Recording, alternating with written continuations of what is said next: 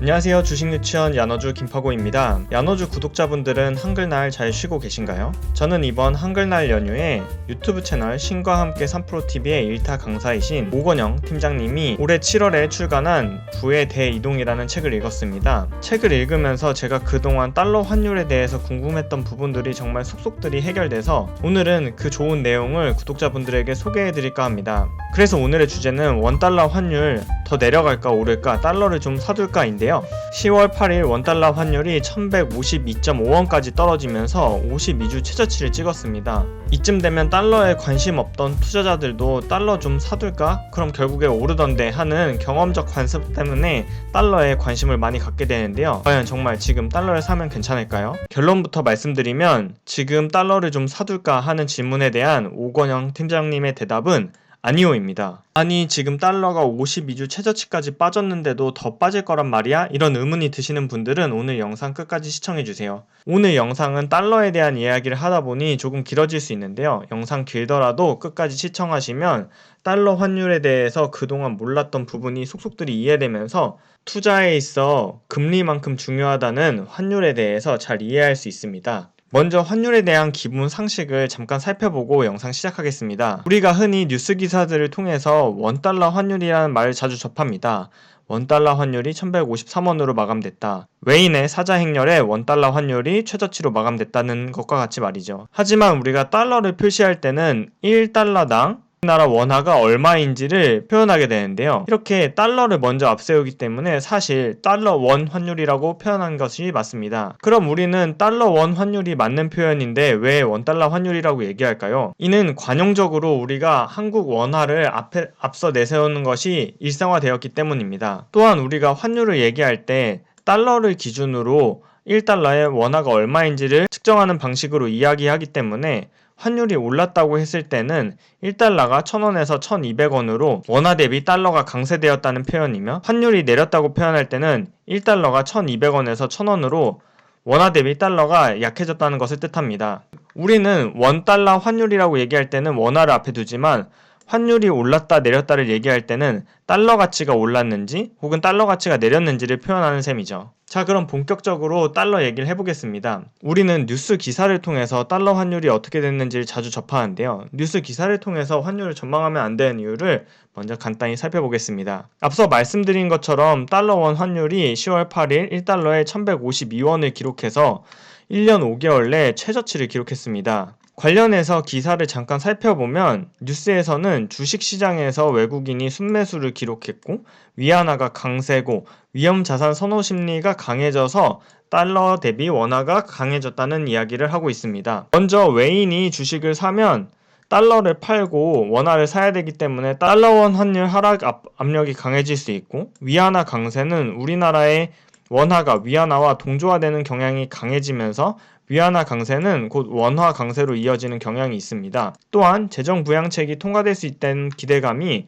곧 위험자산인 원화에 대한 선호 심리로 원화가 강해졌다는 분석을 내놓았는데요. 뉴스 기사를 통해서 환율을 전망하면 안 되는 이유는 뉴스는 그날그날의 스팟성을 전하기 때문에 7월에만 해도 박스권 환율을 전망하다가 지금은 다시 내려갈 거라고 전망하는 등 갈팡질팡하는 모습을 보입니다. 2020년 7월 12일 조선비즈 기사를 보면 코로나가 재유행할 거를 우려해서 하반기 원달러 환율이 1200원 박스권에 있을 거라고 전망을 했는데 다시 2주 전에는 위안화 절상에 따라서 원화 강세가 본격화된다는 등 전혀 상반되는 얘기를 하고 있습니다.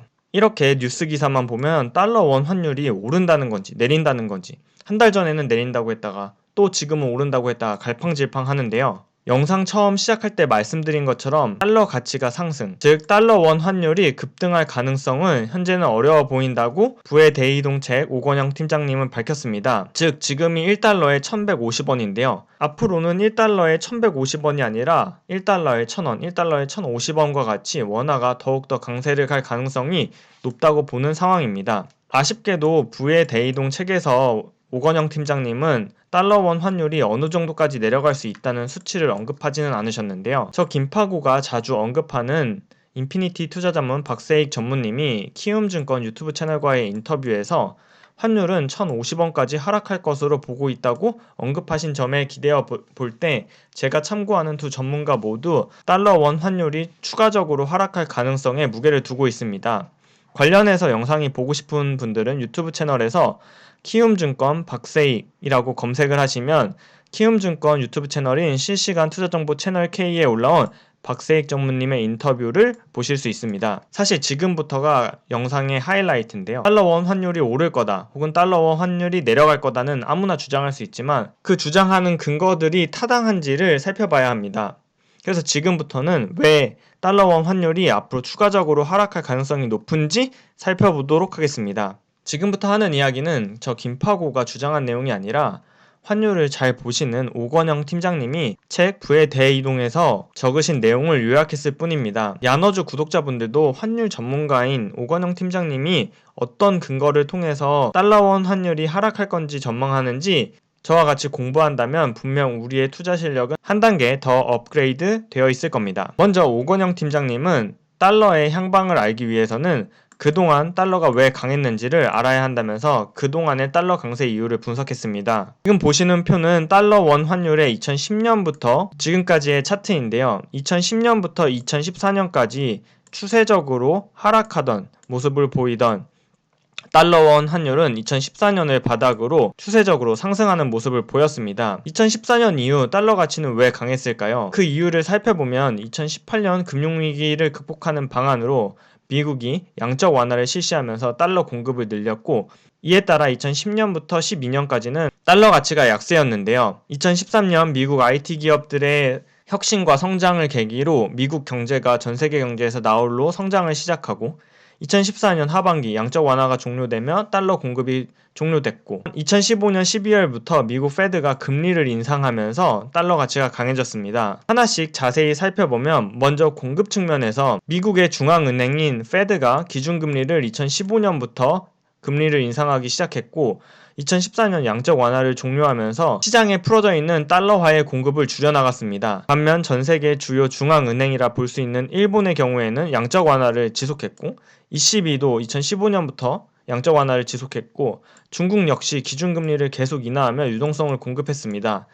즉, 전 세계의 주요 중앙은행들은 금리를 인하하거나 통화를 공급함으로써 자국 통화의 가치 절하를 이끌었는데 반해서 미국은 14년부터 15년 이후 금리를 인상하고 달러화 공급을 줄여나가면서 달러 가치의 상승을 이끌었습니다. 두 번째로 수요 측면에서 금융위기 이후에 전 세계적으로 저성장 기조가 있었는데요. 2013년부터 두드러진 미국 IT 기업들의 성장 속에서 미국 자산에 투자하고자 하는 전 세계 자금이 몰리면서 달러화에 대한 수요가 증가했습니다. 우리가 잘 아는 애플, 구글, 아마존, 페이스북 등과 같이 IT 산업을 중심으로 미국이 혁신 성장을 이뤄냈고 반면 전 세계의 다른 국가들은 저성장 기조에서 벗어나지 못하면서 전 세계적인 저금리와 유동성으로 풍부했던 자금들이 성장에 목매였고 그 성장을 찾아 미국 주식시장에 몰리면서 자국 통화를 팔고 미국 달러화를 매입하는 수요가 급격하게 증가했습니다. 달러가 강세를 보였던 이유를 다시 한번 정리해보면 첫 번째, 미국 중앙은행인 페드가 기준금리를 인상했고 두 번째, 미국이 전 세계 다른 나라 대비해서 독보적인 성장을 보였기 때문입니다. 결국 달러 가치가 앞으로도 계속 강할 거냐 여부는 이 두 가지 요인이 유효할지를 체크해보면 됩니다. 그래서 유효하다면 달러 강세가 이어질 것이고 그렇지 않다면 달러 강세는 끝이 나겠죠. 먼저 공급 측면에서 살펴보면 미국은 제로금리를 다시 도입했고 양적 완화가 시작됐습니다. 표에서 보시는 2015년 12월 미국은 기준금리를 0.25에서 0.5%로 올리면서 기준금리 인상을 단행했고 기준금리는 18년 12월까지 계속해서 이어집니다. 보시는 표의 빨간색 줄은 S&P 500의 지수인데요. 미국이 기준금리 인상을 하고서도 지속적으로 S&P는 상승하다가 2018년 하반기부터 금리 인상에 대한 부담감을 떨치지 못하고 주식시장이 하락했습니다. 특히 2018년 12월 페드가 2.5%까지 기준금리를 올리자 빨간색 네모박스에서 볼 수 있듯이 S&P가 급격하게 하락하는 모습을 볼 수 있습니다. 그 당시를 잠깐 회상해보면 트럼프 대통령이 트위터를 통해서 매일매일 연준을 공격하고 기준금리 올리면 안 되는데 기준금리 올려서 연준이 주가를 망치고 있다. 이런 주장을 매일 펼쳤던 것을 생각할 수 있습니다. 이러한 트럼프 대통령의 압박과 미국 주식시장의 큰 변동성으로 인해서 페드는 2.5%까지 올린 이후로 금리 인상을 멈췄는데요. 다음 해인 2019년에는 미국과 중국이 본격적으로 무역전쟁을 시작했습니다. 무역전쟁을 간단하게 표현하면 서로 양 국가 간 관세를 높게 매겨서 교역량이 감소하게 되는 것을 뜻하는데요. 교역량이 감소하면서 미국의 경제 성장률도 성장 둔화 우려가 제기되고, 이에 따라 페드는 미국이 현재 경기가 안 좋아진 것은 아니지만 앞으로 경기가 둔화될 것을 우려해서 2019년 7월부터 단계적으로 세 차례에 걸쳐서 금리를 인하하게 됩니다. 이때 경기가 아직 무너진 건 아니지만 경기가 둔화될 걸 우려해 선제적으로 금리를 인하한다고 해서 이때의 금리 인하를 시장에서는 보험적 금리 인하, 인슈어런스 컷이라고 불렀는데요.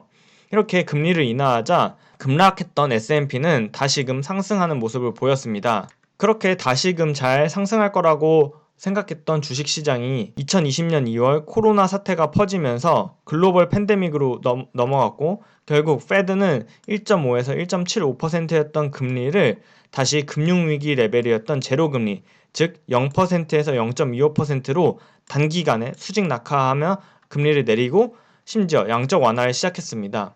처음에는 7천억 달러 규모로 양적 완화를 실시한다고 했다가 시장이 반응하지 않고 다시 한번 폭락하자 무제한 양적 완화를 실시했습니다. 결국 요약해보면 미국의 달러가 강세를 보였던 이유는 미국의 중앙은행인 페드가 기준금리를 2015년 12월부터 지속적으로 인상했기 때문인데요. 코로나19가 그 기준금리 인상의 기조를 확 바꿔서 현재는 다시 금융위기와 같은 제로금리 수준이고, 또한 무제한 양적 완화가 진행 중입니다. 따라서 미국 금리 인상이라는 그동안의 달러 강세의 첫 번째 원인은 사라졌다고 판단할 수 있습니다. 그럼 두 번째 원인, 미국의 독보적인 성장은 앞으로도 지속될 수 있을까요? 앞서 미국의 독보적인 성장은 IT 테크 회사들의 발달 때문이라고 밝혔는데요. 미국의 독보적인 성장에는 물론 이런 IT 테크 회사들의 높은 성장성도 있지만 그 이면에는 2017년 트럼프 대통령이 대규모 감세 정책을 통해서 미국 기업의 성장을 이끈 측면도 있습니다. 기업들이 낼 세금을 적게 내자 정부의 재정 적자는 더욱 증가했는데요. 실제로 미국은 기업 및 가계부채가 2008년 금융위기보다 더욱더 높아지며 정부의 재정 적자뿐만 아니라 민간 부분의 부채 또한 급격하게 증가하게 됩니다. 결국 정부의 재정 적자 그리고 민간 부분의 부채는 미래의 소득을 현재로 땡겨와서 썼다고 볼 수 있는데요. 지난 수년 동안 미국 경제의 독보적인 성장은 미래의 소득을 재정 적자와 부채라는 항목으로 땡겨왔기 때문에 가능하다는 것이 오건영 팀장님의 판단입니다. 문제는 2020년 상반기 코로나19 사태로 인해서 미국 정부는 추가적인 대규모 부양책을 위해서 거대한 재정 적자를 할 수밖에 없고, 기업들도 각종 대출을 통해서 생계를 연명하고 있어 이전보다 정부의 재정 적자는 더 확대되고 기업 및 가계의 부채도 증가한 상황입니다. 결국 지금까지 미국이 독보적인 성장을 이룰 수 있었던 한 축인 재정 적자의 확대와 가계 부채의 증가를 통한 성장이 앞으로는 어려워질 것이라고 보게 되는 이유입니다. 또한 미국의 독보적인 성장을 만들어냈던 요인 중에 하나인 미국 셰일 산업이 코로나19로 인해서 급격한 타격을 받아 위축되고 있다는 점도 미국의 독보적인 성장에 회의적인 시각을 갖게 합니다. 2018년 미국은 러시아, 사우디를 제치고 세계 최대 산유국으로 등극했는데요. 이는 미국의 셰일 오일 산업이 크게 발전했기 때문입니다. 셰일 산업은 생산 설비를 위한 투자 그리고 인력 고용 등을 하게 돼서 미국 경제 성장에 크게 기여했는데요. 코로나19 사태로 인해서 경기 둔화 우려가 심화되고 원유 수요가 감소되면서 수많은 셰일 업체들이 파산하고 있고 산업이 위축돼서 미국의 고성장을 만들어낸 큰 축이 무너지고 있는 상황입니다. 물론 그럼에도 불구하고 미국 성장의 가장 핵심 동력이라 할 수 있는 IT 산업, 애플, 마이크로소프트, 아마존, 구글, 페이스북, 넷플릭스, 테슬라 등으로 이어지는 IT 테크 회사들의 차별적인 성장성은 앞으로도 이어질 것으로 보입니다. 다만 문제는 이들 성장에 대한 기대감이 현재 주식시장에 상당 부분 반영되어 있을 가능성이 높다는 점입니다. 이런 회사들이 앞으로도 성장할 거라고 부정하는 게 아니라 그 성장의 가능성이 주가에 상당 부분 반영되어 있을 거라 보여집니다. 실제로 나스닥이 코로나 사태 이후로 사상 최고치를 연일 갱신하면서 닷컴 버블을 연상한다는 기사들이 쏟아지고 있는 상황입니다. 이와 관련해서 제가 앞서 설명드린 박세익 전무님이 키움증권 유튜브 채널과의 인터뷰에서도 향후 나스닥 기술주가 더 오를 거냐 아니면 컨텍주라 불리는 전통 가치주가 오를 가능성에 대해서 세익 전무님은 나스닥 기술주는 주가에 이미 앞으로의 성장성이 상당 부분 반영되어 있는 것으로 판단하며 앞으로는 기술주보다는 가치주가 더 오를 가능성을 70% 정도로 보고 있다고 이야기하기도 했습니다. 지금까지 한 긴 이야기의 결론을 내보도록 하겠습니다. 그동안 달러가 강세를 보였던 이유는 페드가 기준금리를 인상하고 미국이 다른 나라 대비 독보적인 성장을 하기 때문이라고 밝혔는데요. 페드는 코로나 사태 이후 제로 금리를 실시하고 양적 완화를 실시하면서 첫 번째 요인은 무너졌고, 미국이 다른 나라 대비 독보적인 성장을 할 수 있었던 IT 테크 산업은 이미 주가에 기대감이 많이 반영되어 있고, 재정 적자와 가계부채는 점점 심해지고 있으며 미국의 성장의 한 축이었던 셰일 산업은 크게 붕괴한 상황입니다. 결국 이 두 가지 요인이 앞으로 지속되지 않는다면 달러 강세는 끝이 나지 않을까요?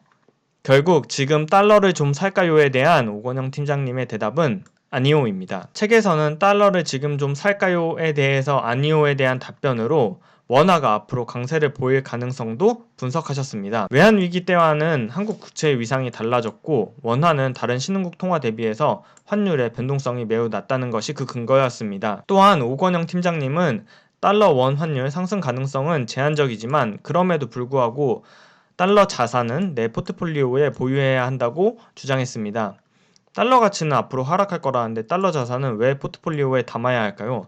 만약 이게 궁금하신 분들은 이번 연휴에 이 책을 한번 읽어보시기를 권합니다. 이 영상은 광고 영상이 아닙니다. 저는 출판사 혹은 오건영 팀장님으로부터 그 어떤 것도 제공받지 않았습니다. 오늘은 1년 5개월 내 최저치를 찍은 달러 지금 좀 사둘까에 대해서 오건영 팀장님의 답변, 부의 대이동을 함께 읽어보고 리뷰하는 영상이었습니다. 저도 구독자님들이 제 채널 영상을 많이 봐주신 덕분에 구글로부터 광고 수익을 달러로 받고 있는데 그 받은 달러를 언제 환전해야 할까 늘 고민이었는데요. 책을 읽고 난 뒤 그에 대한 답을 낼 수 있어서 매우 도움이 되는 책이었습니다.